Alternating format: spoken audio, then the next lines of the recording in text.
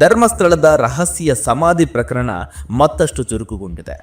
ದೂರುದಾರ ಗುರುತಿಸಿದ 13 ಸ್ಥಳಗಳಲ್ಲಿ ಒಂದೊಂದೇ ಜಾಗಗಳನ್ನು ಅಗಿದು ನೋಡಿದ್ರೂ ಕೂಡ ಮೊದಲ ದಿನದ ಕಾರ್ಯಾಚರಣೆಯಲ್ಲಿ 1ನೇ ಪಾಯಿಂಟ್ನಲ್ಲಿ ಯಾವುದೇ ಕಳೆಬರಹ ಪತ್ತೆಯಾಗಿಲ್ಲ.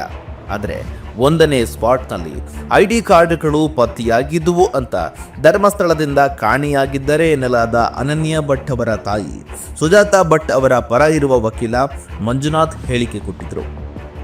ಆದರೆ ಈ ಹೇಳಿಕೆಯನ್ನ SIT ಟೀಮ್ ಸಂಪೂರ್ಣವಾಗಿ ತಳ್ಳಿ ಹಾಕಿದೆ. ಹಾಗಾದರೆ ನಿಜವಾಗ್ಲೂ ID ಕಾರ್ಡ್, ಪಾನ್ ಕಾರ್ಡ್, ರವಿಕೆ ಮತ್ತಿತರ ವಸ್ತುಗಳು ಸಿಗಲಿಲ್ವಾ ಅನ್ನೋ ಪ್ರಶ್ನೆ ಮೂಡಬಹುದು. ಸುಜಾತಾ ಭಟ್ ಅವರ ಪರ ಇರುವ ವಕೀಲ ಮಂಜುನಾಥ್ ಅವರು ಪತ್ರಿಕಾ ಪ್ರಕಟಣೆ ಮೂಲಕ ಮೊದಲನೇ ಸ್ಪಾಟ್ನಲ್ಲಿ ಒಂದು ಪಾನ್ ಕಾರ್ಡ್ ಹಾಗೂ ID ಕಾರ್ಡ್, ಡೆಬಿಟ್ ಕಾರ್ಡ್ ಲಭ್ಯವಾಗಿತ್ತು ಅಂತ ಪ್ರಕಟಣೆ ಹೊರಡಿಸಿದ್ರು. ಆದರೆ SIT ಇದನ್ನು ದೃಢಪಡಿಸುವುದಕ್ಕೆ ಮೊದಲೇ ಮಂಜುನಾಥ್ ಅವರು ಬಿಡುಗಡೆ ಮಾಡಿರುವ ಪತ್ರಿಕಾ ಪ್ರಕಟಣೆ ಹಲವು ಅನುಮಾನಗಳಿಗೆ ಎಡೆಮಾಡಿಕೊಟ್ಟಿದೆ.